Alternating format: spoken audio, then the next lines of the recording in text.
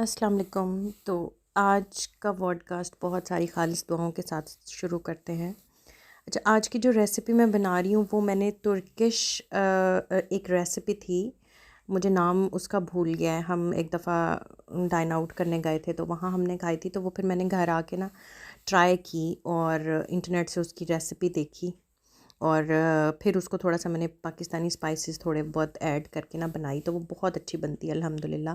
और बच्चे भी बहुत शौक़ से खाते हैं और मेरे हस्बैंड और मैं तो हमारी तो फेवरेट है ही।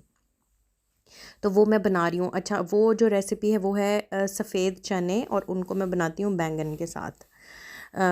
तो बैंगन को नॉर्मली बनाना है सिंपल, जैसे आलू बैंगन बनाते हैं ना, तो उसमें से मैं थोड़े से बैंगन रख लेती हूँ। जैसे हाफ़ कप बैंगन ना कुक्ड मैंने सिर्फ निकाल लेने हैं और आलू बाद में डाल के फिर आलू बैंगन बना लेती हूँ। वो जो हाफ़ कप बैंगन मैंने रखे होते हैं उनको फिर मैं सफ़ेद चनों के साथ बनाती हूँ।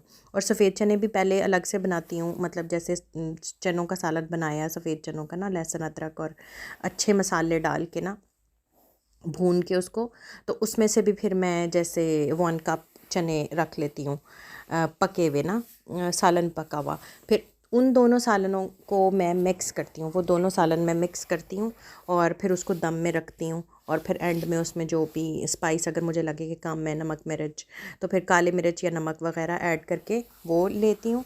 और जो ओरिजिनल तुर्किश रेसिपी थी वो उसमें ना अखरोट डालते हैं, मतलब 2-3 पीस अखरोट के डाले होते हैं उन्होंने ना ऊपर गार्निशिंग के लिए। तो वो तो नहीं मैं डालती क्योंकि मतलब रोटी के साथ खाना होता है और इतनी कोई स्पेशल सर्विंग नहीं होती है, तो इस वजह से। लेकिन सालन बहुत मज़े का बनता है, बहुत, और हम लोग बहुत इन्जॉय करके खाते हैं उसको ना। तो रेसिपी आप देखें, एक पैन में मैं बैंगन बनाऊंगी और एक पैन में मैं चने बनाऊंगी। तो फिर उसके बाद दोनों को मैंने ना मिक्स करना है, तो वो साथ साथ साथ चलती रहेगी। और अब आते हैं अपनी स्टोरी के थर्ड पार्ट की तरफ, जो कि मैंने बताया था कि कुछ कन्फेशंस हैं जो मैं अपनी ज़िंदगी में करना चाहती हूँ। और शायद वो मैंने वक्त के साथ सीखा कि मैं उन चीज़ों को वहाँ पे मैंने मिस्टेक्स की फ़लाँ जगह पे, या उनको मैं बेहतर तौर पे किस तरह से मैनेज कर सकती थी, वो चीज़ें हैं। और उसके लिए मैंने कुछ पॉइंट्स बनाए हुए हैं, वो मैं आपके साथ ना 1 बाय 1 डिस्कस करती हूँ। अच्छा, फर्स्ट पॉइंट जो मैंने बनाया है ना वो ये था कि जब भी कोई बच्ची शादी करके दूसरे घर जाती है ना, तो उसको ज़ाहिरी बात है, एक वो अपना घर, रिश्ते, रहन सहन और एक पूरा माहौल छोड़ के आई होती है। तो और फिर उससे उसको मोहब्बत भी होती है और उसको छोड़ने का भी दुख होता है।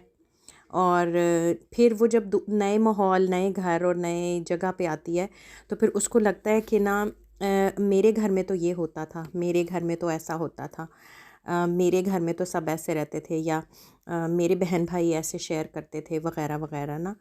तो ये चीज़ मैंने भी की कि मेरे जैसे फॉर एग्ज़ाम्पल, अब जब मैं शादी होके अपने घर में आई हूँ यहाँ, अब उसको अपना घर कह रही हूँ अल्हम्दुलिल्लाह, तो उस वक्त वो एक बिग जॉइंट फैमिली से थी, मतलब 22 पीपल हम एक घर में रहते थे।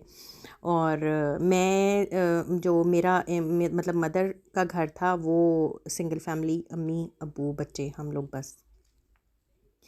तो वहाँ से मैं आई थी, तो वहाँ पे कुछ ऐसा सिस्टम नहीं था, मतलब कि अब इनके घर में 3-4 फैमिलीज़ इकट्ठी रहती थी मेरे हस्बैंड की फैमिली में ना।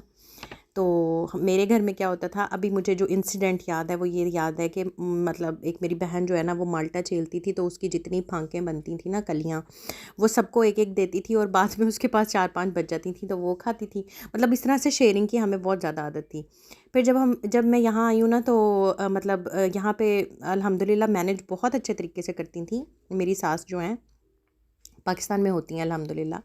तो वो इस तरह से मैनेज करती थी कि जब कोई फ्रूट, या जैसे मैंगोज़ आए हैं गर्मियों में, तो वो सबको ना बाँट देती थी, हिस्से करके ना उनको दे देती थी, बाँट देती थी कि ये आपके हैं, ये 3-3, 3-3, 4-4, 4-4 ना। और उसके बाद जो फ्रिज में होता था ना, उसमें फिर बच्चे या वो कर रहे होते थे कि अच्छा रात को हमने मिल्क शेक पीना है, तो किसी ने रख लिए ना, मतलब जैसे फिर मेरे हस्बैंड तो वहाँ पे नहीं थे, लेकिन जैसे अगर वो होते, जैसे मैंने उनसे पूछा, तो वो कहते कि हाँ, मैं ऐसे ही करता था कि मैं 2 छुपा लेता होता था कि मैंने रात को मिल्क शेक पीना है, वरना बचते ही नहीं थे।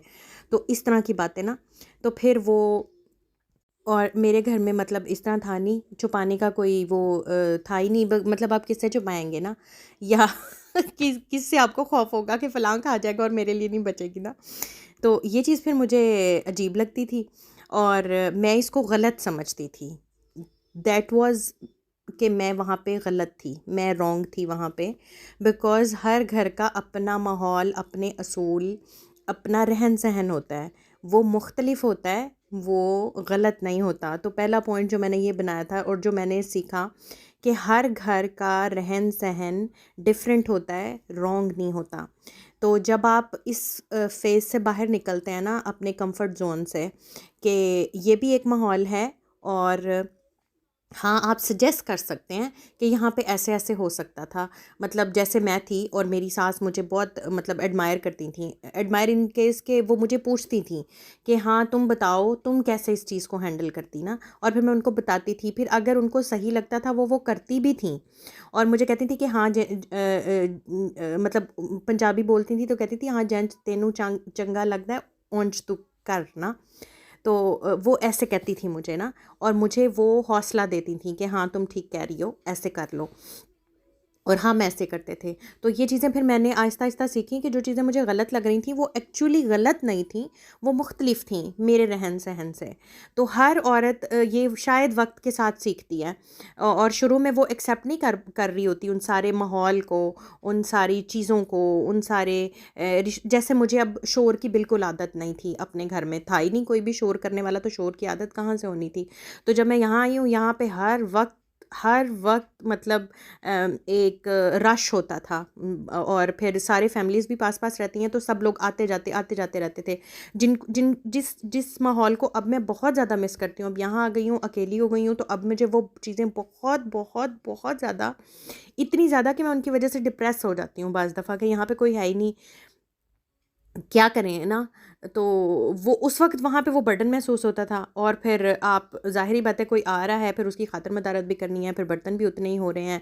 फिर वो एक चला गया है, आपने किचन साफ़ किया है, फिर दूसरा आ गया है, फिर आपने फिर दोबारा से आटा गूँधा है और खाने बनाए हैं, फिर उसके बाद किचन भर गया है। वो तो ये थ्रू आउट चलता रहा और मैं अपनी सास को कहती कहती थी कि अम्मी एक दिन फ़िक्स कर लें, या हम खाना बना के उनके घर भेज दें, जैसे अफ्तारी है या जैसे कुछ देग बनाई है, तो सब लोग इकट्ठे होके एक घर में खाना खाते थे। जैसे अम्मी इनवाइट करती थी सबको, मेरी सास, और सब लोग आते थे और हमारे घर मतलब खाना बनता था और बड़ा घर था वो ना, मेन जिसको कहते हैं।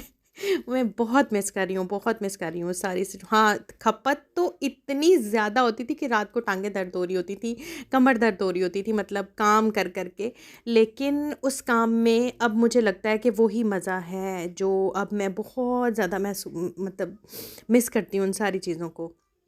उस वक़्त मैं उनको कहती थी कि अम्मी खाना बना के ना हम घरों-घरों भेज देते हैं, ताकि बर्तन ना धोने पड़े। अच्छा अच्छा, अम्मी ने शायद ये चीज़ महसूस भी की। तो पहली ईद भी गुज़री ऐसे ही कि हम लोगों ने बर्तन धोए। मैं थी, मेरी देवरानी थी और बाकी भी जो गेस्ट आते थे वो हमारे साथ हेल्प कराते थे। ऐसा नहीं था कि वो हेल्प नहीं कराते थे। फिर भी बर्डन महसूस होता था। शायद मैं उस माहौल से आई नहीं थी ना, तो इस वजह से मुझे बहुत ज़्यादा बर्डन महसूस होता था। फिर आहिस्ता-आहिस्ता खैर पहली ईद गुज़री ना, तो अगला साल जब आया ईद का, तो अम्मी ने कहा कि नहीं, बर्तन जो है ना वो मैंने इनको नहीं धोने देने। इन्होंने चूड़ियाँ पहनी होती हैं, कपड़े पहने होते हैं, और ना पांडे में आप मांजांगी, मेरी सास ने ये कहा। वो भी हमें अच्छा नहीं लगा कि अम्मी ने ऐसे, अब अम्मी अकेली कर रही हों काम, बर्तन धो रही हों और हम लोग बैठे चाय पी रहे हों, तो ये भी एक ऑकवर्ड सी सिचुएशन थी। वो भी अच्छा नहीं लग रहा था। फिर खैर हम लोगों ने मिल मिला के वो काम किया और अगले साल फिर जब अगली ईद आई ना, तो फिर अम्मी लोगों ने ये सोचा कि हाँ, हम ना जैसे किसी हाउसमेट को बुला लेते हैं और बर्तन उससे धुलवाएंगे। That was the biggest relief for myself. मुझे इतना सुकून हुआ कि हाँ भाई, ये एक बहुत अच्छा अचीवमेंट है कि आप एटलीस्ट बर्तन धुलवा लें। बिकॉज 20 पीपल हमारे घर के और 20 समझ लें बाहर के, तो 40-50 बंदों के बर्तन, और फिर खाना भी बनाना है आपने, और फिर ये सफाइयाँ भी करनी हैं, और फिर बच्चे भी हैं साथ में, कपड़े भी प्रेस करने हैं सबके। तो वो सारी चीज़ें चल रही थी। तो वहाँ पे मुझे लगा कि हाँ अब ये ना थोड़ा सा पॉइंट अच्छा हो गया, सही हो गया। हालांकि वो गलत नहीं था, वो उनका रहन सहन ऐसे ही है और वो शुरू से ऐसे रहते रहे हैं, इसलिए उनको बिल्कुल बिना कुछ फील नहीं होता मतलब जो चीज़ मैं महसूस करी थी वो अम्मी लोग शायद महसूस नहीं करते थे या उनको आदत हो गई थी। मैं ये समझती हूँ जब वो शुरू शुरू में इस सिचुएशन में आए होंगे उनको भी महसूस होता होगा, उनको भी ये चीज़ गलत लगती होगी, लेकिन वो दे कांट हेल्प, उनके पास कोई ऐसी चीज़ नहीं होगी जिसको वो मतलब बता सकें या कह सकें। और मैं भी आज कह रही हूँ, और इससे पहले मैंने भी कभी नहीं कहा। 10 साल हो गए मेरे हस्बैंड ने ना, जब मेरी शादी हुई थी तो मुझे कहा था कि तुम्हें ना 10 years अपनी ज़िंदगी के ना देने पड़ेंगे और उसके बाद तुम्हें ना अपनी स्पेस मिलेगी घर में किसी जगह पे। जैसे ये ऐसे ही है जैसे आप नई जॉब ढूंढते हैं और आप जॉब पे जाते हैं और आपके ऊपर इतना ज़्यादा जॉब मतलब आपका जो बॉस होता है ना वो आपके ऊपर शुरू में बर्डन इतना ज़्यादा डालता है कि अगर आपने दौड़ना है ना तो दौड़ जाएं आप ना। तो मुझे इन्होंने कहा था कि ऐसे ही होता है जब रिश्ते बनते हैं। मैंने इनसे पूछा, मैंने कहा आपने मुझे ये बात उस वक्त कही थी, ये क्यों कही थी?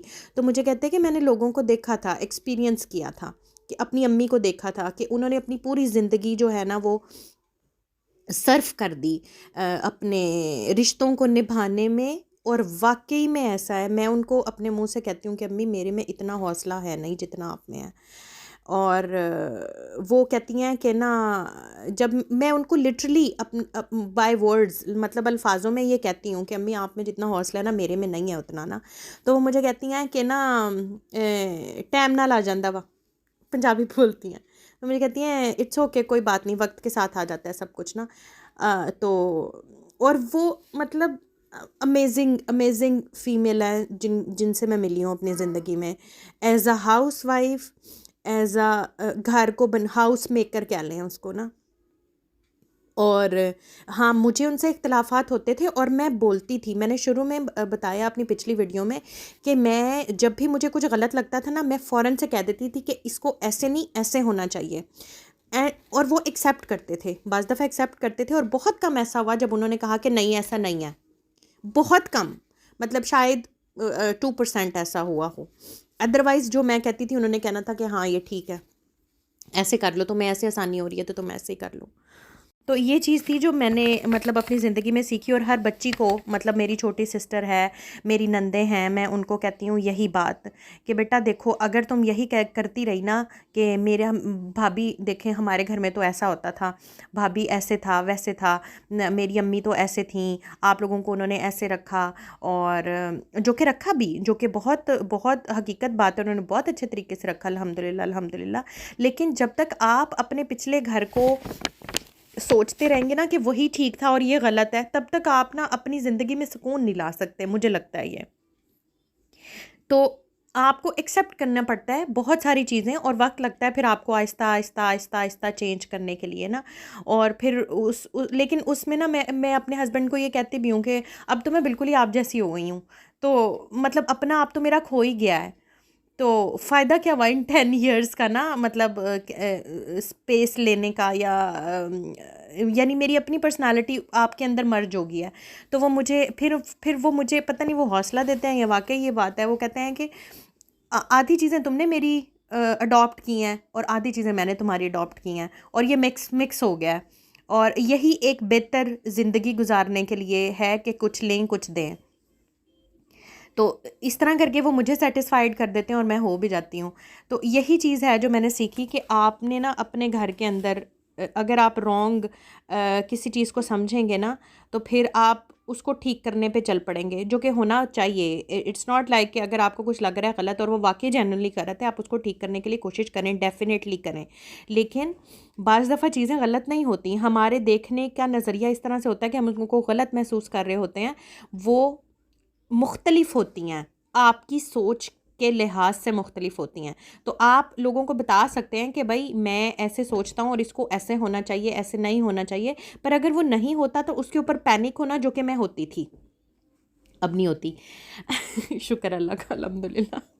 तो उस वक्त ना पैनिक नहीं होना चाहिए था मुझे। तो ये मेरा एक कन्फेशन था कि मैं बहुत जल्दी पैनिक होती थी। कोई भी चीज़ मेरे मूड के अकॉर्डिंग अगर नहीं हो रही होती थी तो मुझे लगता था कि ये जो है ना यहाँ पे ना एक ब्लंडर हो गया है और एक बहुत बड़ा कह लो कि ना जंग लग गई है ना आप ना, और वो मेरे अंदर अंदर चलती रहती थी और मैं उसको निकाल नहीं पाती थी कि हाय हाय ये क्यों हुआ है, इसको ऐसे नहीं होना चाहिए था। तो ये चीज़ जो थी ये नहीं होनी चाहिए। शायद ये एज के हिसाब से भी आप में ठहराव आता है।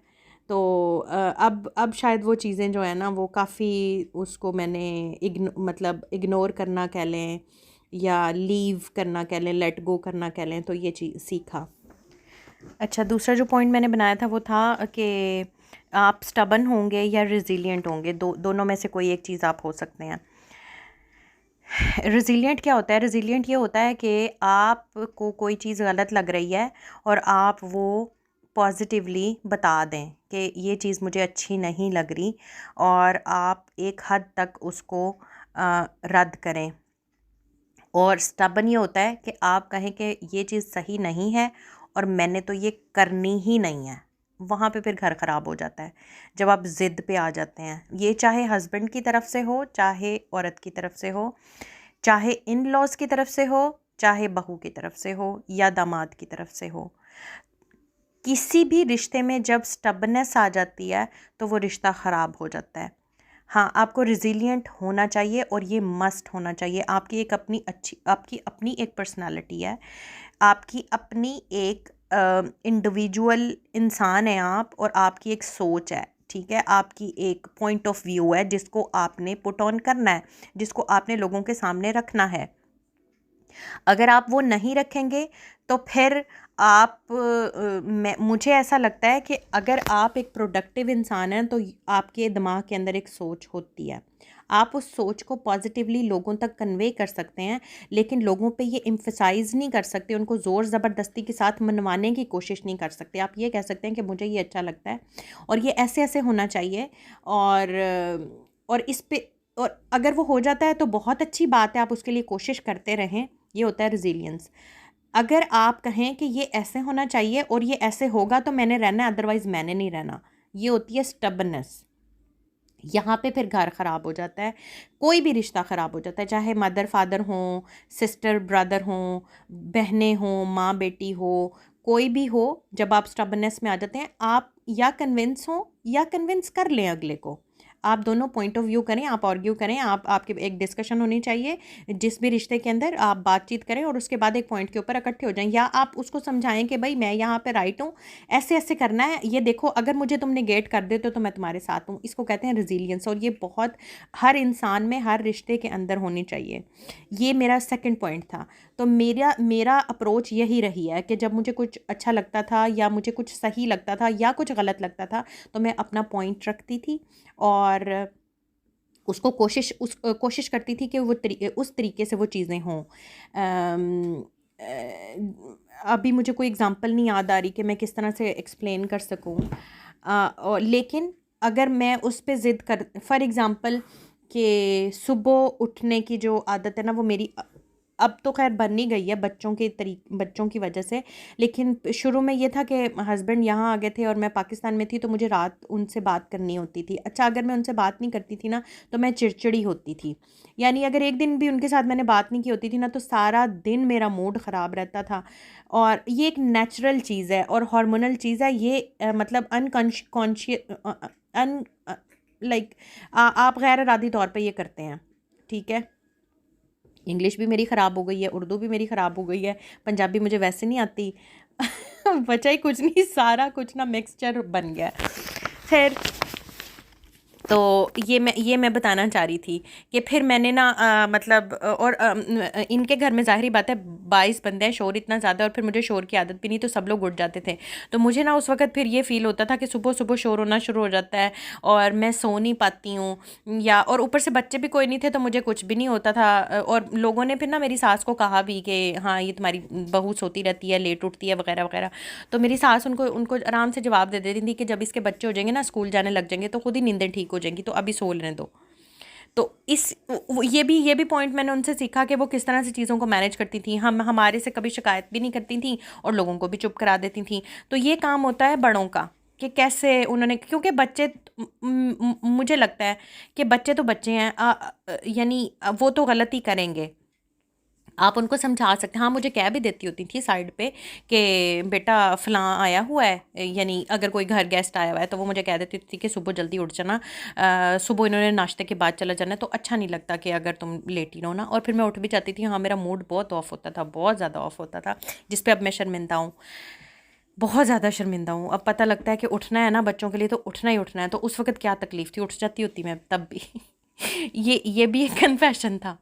तो चीज़ें जो है ना, यही यही बात है कि आपको स्टबर्न नहीं होना चाहिए, रेज़िलिएंट होना चाहिए। और बस सेकंड पॉइंट मेरा ये था। अच्छा, थर्ड पॉइंट जो मैंने बनाया वो मैंने पिछले में ही कवर कर लिया है कि आप या कन्विंस हो जाएं या अगले बंदे को कन्विंस कर लें, तो फिर आपकी ना बहुत अच्छी ज़िंदगी भी गुजर जाती है आराम सुकून के साथ। और चीज़ें जो हैं वो बेटर पॉइंट पे आ जाती हैं, यानी जो बेहतर तरीका होता है उस तरीके से आप चीज़ों को मैनेज कर लेते हैं। जैसे फॉर एग्ज़ाम्पल, हाँ, अब एक एग्ज़ाम्पल मेरे जहन में आ गई। जब मैंने जॉब शुरू की तो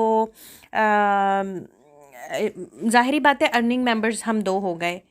और उस वक्त हस्बैंड को अगर मैं कह देती थी ना कि घर का कोई काम करना है और इस तरह वगैरह ना, या मेरी हेल्प करवा दें या हूवर कर दें या लॉन्ड्री कर दें या इस तरह से ना, तो अब ऑफ कोर्स उनके घर का माहौल मुख्तलिफ था, इस वजह से कि उनके घर में चचियाँ थीं, बाजी थीं, मतलब घर में इतनी ज़्यादा लोग काम करने वाले थे कि उनको करने की ज़रूरत ही नहीं पड़ी, जो कि मुझे गलत लगता था, जो कि एक्चुअल में गलत नहीं था, मुख्तलिफ था। ये शायद अभी भी मुझे लगता है कहीं ना कहीं गलत था।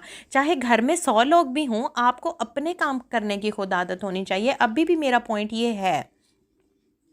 और हाँ, अगर आप यानी आपको ये नहीं होना चाहिए कि अगर आपको अपना काम करना पड़ गया तो वो एक मुसीबत बन जाए।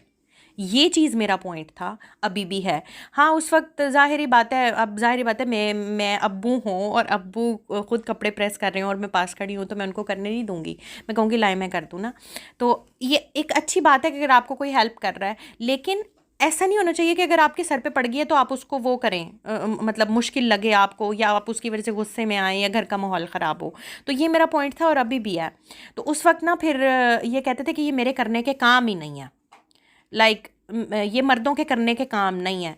तो मुझे उस वक्त बहुत ज़्यादा गुस्सा आता था और मैं बोलती नहीं थी स्टार्ट में ना, यानी मतलब बोलना भी आया नहीं था, समझ ले। तो उस वक्त ना बस चुप करके गुस्से में कभी इस कमरे से उस कमरे से किचन में जाके खुद ही सारा काम कर लेना, और कहना नहीं ना, बस गुस्से के अंदर ना।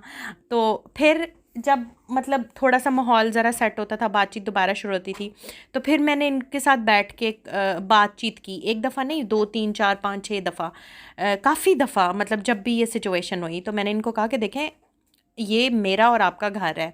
अगर मैं आपके साथ हेल्प आउट करा रही हूँ मतलब अर्न करने के अंदर, मैंने तो ये कभी नहीं कहा कि ये मेरी ज़िम्मेदारी नहीं है। और मैंने शौक़ से की थी, मुझे इन्होंने कभी फ़ोर्स नहीं किया कि तुमने जॉब करनी है या नहीं करनी है।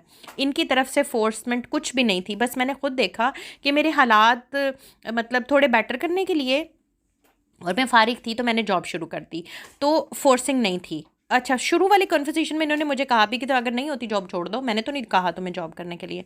मतलब आपको ये मंजूर है कि आप हाथ तंग करके ज़िंदगी गुजार लेंगे, आपको ये मंजूर नहीं है कि आप घर के कामों में हाथ बटा दें।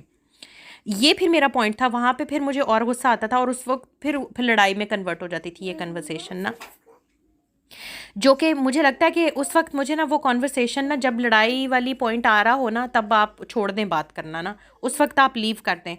फिर थोड़ा वक्त गुजर जाए, घंटा 2 घंटा, चीज़ें नॉर्मल हो जाएं, तो फिर आप दोबारा से वो कॉन्वर्सेशन शुरू कर लें।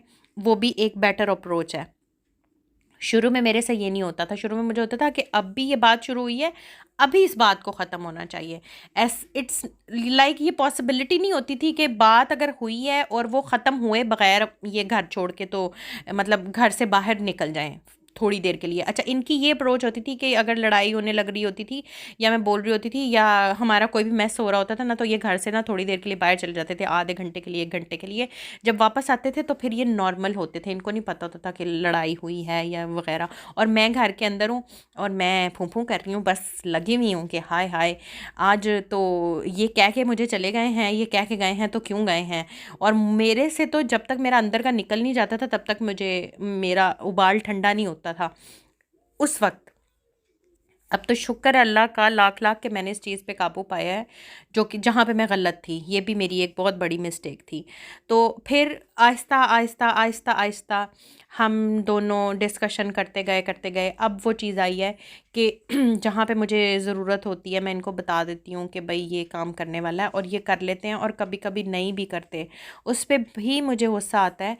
लेकिन आप आप क्या कर सकते हैं? आप कुछ भी नहीं कर सकते। या आप लड़ सकते हैं, या आप नाराज़ हो सकते हैं, या आप हंसी खुशी उसको कबूल कर सकते हैं।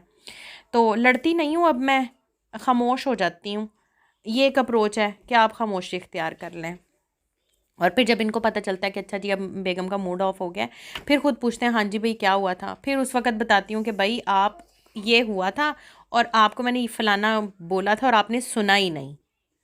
मतलब एक तो ये जो मोबाइल है ना, अ- अ- कोई भी चीज़ इस दुनिया में आती है इंसानों के फ़ायदे के लिए बनती है, और उसके बाद उसके इतने नेगेटिव इफ़ेक्ट्स हो जाते हैं कि आप इमेजिन भी नहीं कर सकते। मतलब बच्चे आवाज़ें दे रहे हैं, ऐसे लग रहा है जैसे ये मौजूद नहीं है, मतलब सामने बैठे हुए हैं बट मेंटली ये वहाँ पे नहीं है, मौजूद नहीं है कमरे के अंदर। मैं बोल रही हूँ, इनको पता ही नहीं चल रहा होता, पूरे घर को सुन रहा होता है, पूरे गेस्ट आए हुए हैं उन सबको सुन जाती है बात, इनको नहीं सुनती हर अभी मुझे ना हंसी आ रही है पर जब ये सिचुएशन होती है ना, इतना शदीद गुस्सा आ रहा होता है कि यार मैं किससे बात कर रही हूँ। ओ गॉड। और आई एम श्योर कि एवरीवन जो है ना इस बात से रिलेट करता होगा कि आप बोल रहे हैं पागलों की तरह और अगले बंदे को सुन नहीं रहा। ओ गॉड। तो ये मेरा तीसरा पॉइंट था कि कन्विंस हो जाएं या अगले बंदे को कन्विंस कर लें। फोर्थ पॉइंट था कि पेशेंस होना चाहिए या टॉलरेंस होनी चाहिए। अब इसमें बहुत बारीक सा फ़र्क है पेशेंस में और टॉलरेंस में। पेशेंस कहते हैं सब्र को और टॉलरेंस कहते हैं बर्दाश्त को।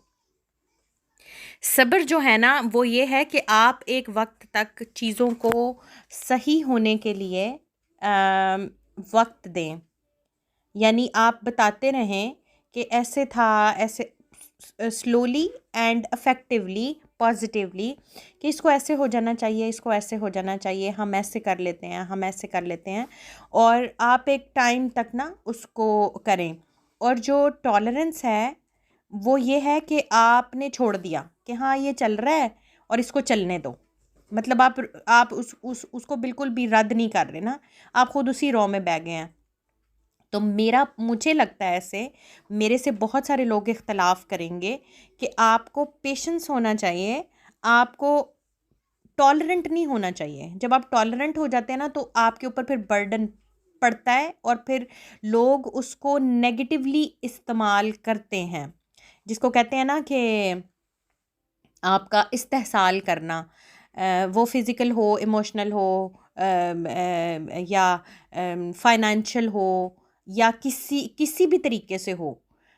शायद वो इंटेंशनली लोग कर रहे होते हैं या अनइंटेंशनली कर रहे होते हैं, ये मैं नहीं कह सकती, बिकॉज़ ये वो लोग जानते हैं जो इस्तेहसाल कर रहे होते हैं। लेकिन अगर आप बर्दाश्त करते चले जाते हैं ना तो फिर वो चलता चला जाता है और वो बढ़ता चला जाता है, बढ़ता चला जाता है।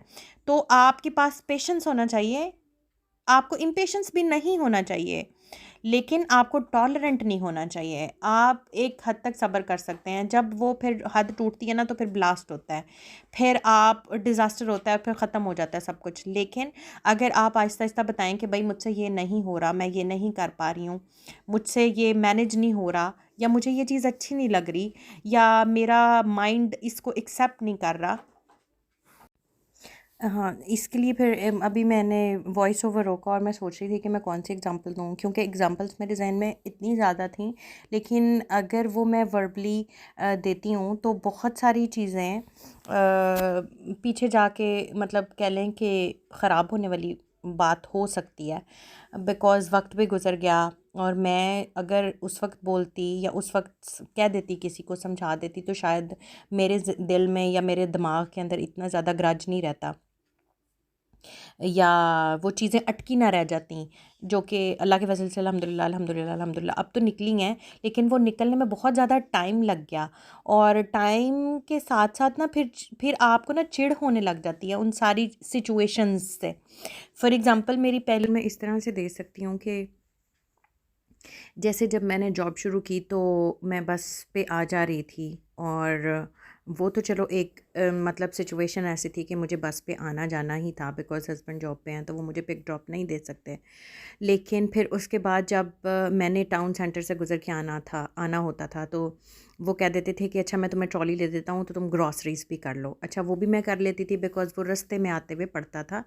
और फिर उसके बाद क्या हुआ कि जैसे मेरी प्रेगनेंसी स्टार्ट हुई, तो अपॉइंटमेंट्स पे जाना, या कोई भी मेरा अपना पर्सनल भी काम होता था, या जैसे हेल्थ विजिटर ने कहा है कि फ़लाँ जगह पे कोचिंग क्लासेस हो रही हैं बच्चों को, या कोई भी किसी भी किस्म की ना, तो वहाँ पे भी जाने के लिए फिर, या फिज़ियोथेरापी की, इवन मुझे मुझे मेरी बोन्स जो है ना वो सॉफ्ट हो जाती हैं प्रेगनेंसी के अंदर। विटामिन डी इतना ज़्यादा लो हो जाता है कि मैं स्टेबल नहीं रह सकती, मतलब लचकती हैं टांगें, जैसे नाक की हड्डी पतली होती है इस तरह। तो मुझे वहाँ पे भी इन्होंने बोलना शुरू कर दिया कि मतलब तुम खुद कर सकती हो, तुम्हें इंग्लिश भी आती है, तुम ट्रैवल भी खुद कर सकती हो, देन यू गो ऑन ना। तो वो फिर बढ़ता चला गया, और फिर उसने ना, यानी पिक ड्रॉप से ना मुझे ऐसे लगने लग गया। अच्छा, फिर होता ये था कि अगर इनको किसी दोस्त की कॉल आ गई या किसी रिलेटिव की कॉल आ गई है, तो फटाफट काम के लिए निकल गया। जब मैंने कहा है अच्छा तुम खुद कर सकती हो, यू कैन डू इट, तुम जाओ, तो फिर वो जो मतलब मैं अपने ऊपर जुल्म करके भी वो सारे काम करती रही, और फिर वो सिचुएशन ना मेरे लिए फोबियाज बन गई।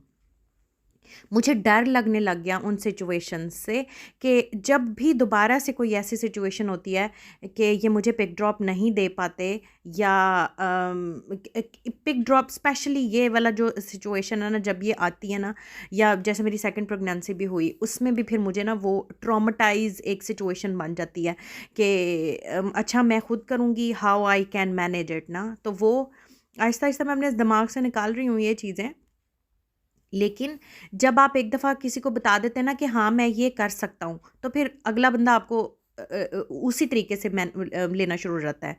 जैसे जैसे फॉर एग्जांपल किसी को पता चल गया ना कि हाँ अब ये काम कर लेगा, इसने ना तो करनी नहीं है, तो फिर वो उसको कहते रहते हैं कि हाँ ठीक है तू कर लेगा ना। तो वो फिर बंदा जो है वो उसके लिए गो थ्रू हो जाता है, और वो फिर उसकी हैबिट बन जाती है। तो इसके लिए मुझे ये लगता है कि आपको ना अपनी अपनी लिमिट तरीके के साथ, ये नहीं है कि आप लड़ें झगड़ें या किसी को कहें कि भाई नहीं नहीं ऐसा नहीं है, या अगले बंदे से एक्सपेक्ट करें कि उसको पता होगा। इट्स नॉट लाइक मेरे केस के अंदर मुझे मुझे होता था इनको खुद नहीं पता कि मेरी प्रेगनेंसी चल रही है या मैं बेटर फील नहीं कर रही या कुछ भी। तो मैं ये एक्सपेक्ट करती थी कि इनको सब कुछ ना खुद से पता होगा कि मेरी सिचुएशन क्या है, और गुस्से में फिर इनको कहती भी नहीं थी दोबारा, मतलब खुद करना कि अच्छा ठीक है फिर मैं मतलब गुस्से के अंदर भी कर लेना, और दूसरा कहना कि मैं किसी का एहसान क्यों लूँ। हालांकि हस्बैंड और वाइफ का ऐसा रिलेशनशिप है जिसमें एहसान की तो बात ही कोई नहीं होती, मतलब दोनों एक एक इंडिविजुअल होते हैं। मुझे लगता है कि आपको हमेशा एक दूसरे के साथ साथ, और अल्हम्दुलिल्लाह अल्लाह के फ़ज़ल के साथ अल्हम्दुलिल्लाह इस चीज़ को हम समझे हैं। वक्त के साथ हमने इस चीज़ को सीखा, समझा, दूसरों को देख के, अपने अम्मी अब्बू को देख के, अपने मतलब मेरे सास ससुर को देख के, और इर्द गिर्द यानी अपने मामू मामी को देख के या चचा चची को देख के, हम लोगों ने इस चीज़ को समझा कि हमें दोनों को कैसे चलना है, या हम दोनों किस तरह से एक मामला जो है ना वो हैंडल कर सकते हैं। तो ये चीज़ थी मेरा मेरा पॉइंट, कि अगर आप एक चीज़ को करना शुरू कर देते हैं ना, यानी किसी को पता चल जाता है कि आप ये काम कर देंगे, तो वो फिर आपको ही कहता है अगली दफ़ा ना, उसके उसके बाद आपके पास गुंजाइश नहीं बचती कि आप उसको बता सकें कि नहीं मुझे इस चीज़ से मुश्किल हो रही है, या मैं इस चीज़ को करके ना खुश हूँ फॉर एग्ज़ाम्पल, या मैं इसको करने के अंदर मुझे मेरा जो है हर्ज हो रहा है, किसी भी किस्म का हो सकता है, फिज़िकल हो सकता है, हेल्थ हो सकता है, फाइनेंशियल हो सकता है, टाइम का हो सकता है, किसी भी किस्म का हो सकता है। तो आप अगले बंदे को कन्वे नहीं कर सकते, तो आपको पहले आपको बता देना चाहिए कि भाई मैं ये कर सकता हूँ, आई कैन डू इट, और ये मैं नहीं कर सकता। तो और अगला बंदा भी इस चीज़ को अंडरस्टैंड करे। लाइक मुझे लगता है कि अगर वो समझदार होगा और वो सिंसेयर होगा और पॉजिटिव होगा, देन वो आपको भी अंडरस्टैंड करेगा। इसमें कोई हर्ज की बात नहीं है। वीडियो ना बहुत ज़्यादा लंबी हुई जा रही है, बस लास्ट पॉइंट है मेरा, और वो मैंने ये था कि फॉरगिवनेस वर्सेस रिकॉन्सिलेशन, ठीक है। अच्छा, अगर आप कंडीशन रखते हैं ना कि मैंने फ़लाने को इस वजह से माफ़ करना है अगर वो ये कर लेगा, यानी फॉर एग्जांपल अगर लड़ाई हो जाती है, जैसे हम ड्रामों में देखते हैं, मेरे साथ ऐसा कभी नहीं हुआ अल्हम्दुलिल्लाह अल्हम्दुलिल्लाह, कि जी तुम मुझसे माफ़ी मांगोगी, वो मेरे पैरों में गिर के माफ़ी मांगे तो फिर मैं उसको माफ़ करूँगी, तो वो होती है रिकॉन्सिलेशन। अगर आपने किसी को माफ़ करना है ना, तो वो फिर बग़ैर किसी कंडीशन के करना चाहिए। अच्छा, उससे फ़ायदा क्या होता है, आपको ना इनर सेल्फ पीस महसूस होती है। तो ये बात थी कि अगर आप जब किसी को माफ़ कर देते हैं ना, तो आपके अंदर से जब मतलब ये आपको ख़ुद को महसूस होगा कि आपने सारी चीज़ें भुला दी, माफ़ कर दिया, फिर आपको ज़हनी सुकून तब मिलता है। अगर आप रिकॉन्सिलेशन में जाते हैं ना कि अच्छा फ़लाना मुझसे माफ़ी मांगेगा या वो आके मेरे पैर पड़ेगा, फिर जाके मैं उसको माफ़ करूँगी या करूँगा, तो फिर आपको ज़हनी सुकून नहीं मिलता। आपकी ज़िंदगी में वो रह ही जाता है, अच्छा उसने ये किया था ना, देखा उन्हें इंज कीता सी ना, तेनू नहीं पता उन्हें मैनू किन्ना सताया, तेनू नहीं पता वो मेरे ना की कंज रही, वगैरह वगैरह। मतलब आपने अगर किसी को माफ़ करना है तो आपको ये सारी चीज़ें भुलानी पड़ेंगी, निकाल देनी पड़ेंगी अपने अंदर से, और अगले बंदे को एक्सेप्ट करना पड़ेगा। अच्छा, एक और पॉइंट जो है ना, वो जब आप किसी को माफ़ कर देते हैं ना, आप उसके लिए दुआ करना शुरू कर देते हैं, आप उसके लिए अच्छे की तमन्ना करते हैं, नेक तमन्ना। जो मैं कहती हूँ ना कि दुआ जो है ना, वो एक ऐसी चीज़ है जो आप किसी को बहुत खालिस तौर पे दे सकते हैं।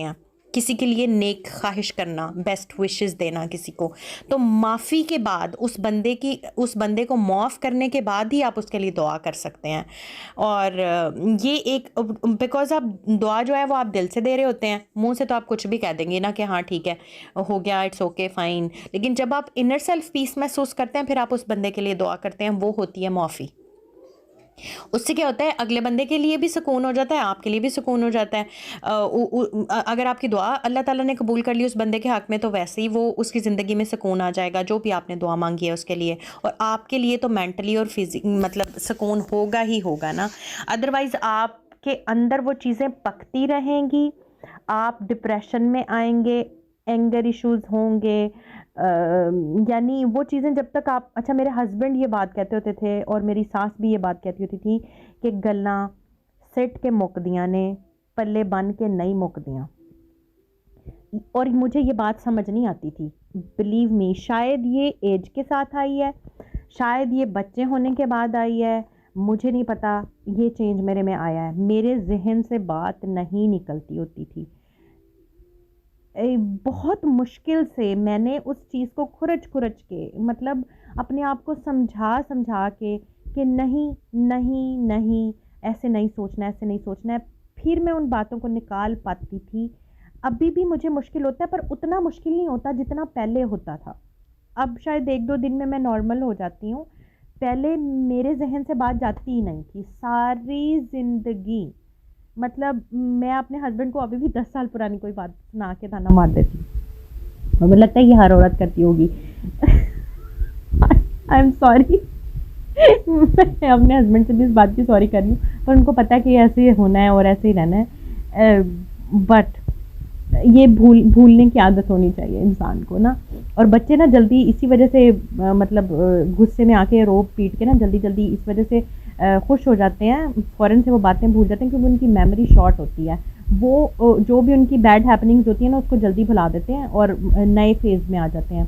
तो ये आपको ना अपने माइंड को ना ट्रेन करने की ज़रूरत है कि आपने अपनी जो है ना थिंकिंग कैसे शिफ्ट करनी है, एक पॉइंट से दूसरे पॉइंट पे, पॉजिटिव पॉइंट की तरफ। तो ये मेरा लास्ट पॉइंट था कि माफ़ी जो है ना, ये बहुत अच्छी चीज़ है आपके लिए और अगले बंदे दोनों के लिए, अगर उसने कुछ किया। और मैंने ना जब मेरी शादी हुई, मैंने लिटरली मैंने वर्ड्स में लिख के अपनी मुमानी को मैसेज करके माफ़ी मांगी।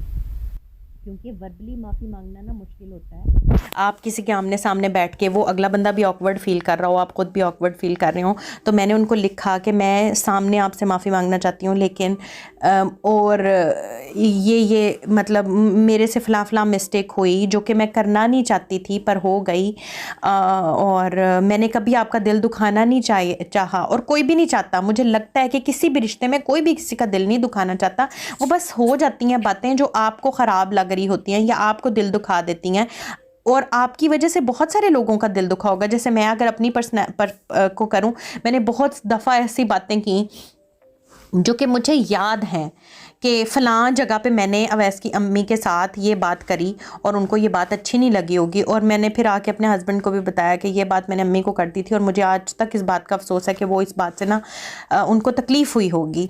और फिर उसका हल यही बच जाता है कि आप माफ़ी मांग लें अगले बंदे से, और अल्लाह ताला से ये दुआ करें कि अल्लाह ताला उस बंदे को, उसके दिल में ये बात डाले कि वो फ़लाँ बंदा जो है ना आपको माफ़ कर दे।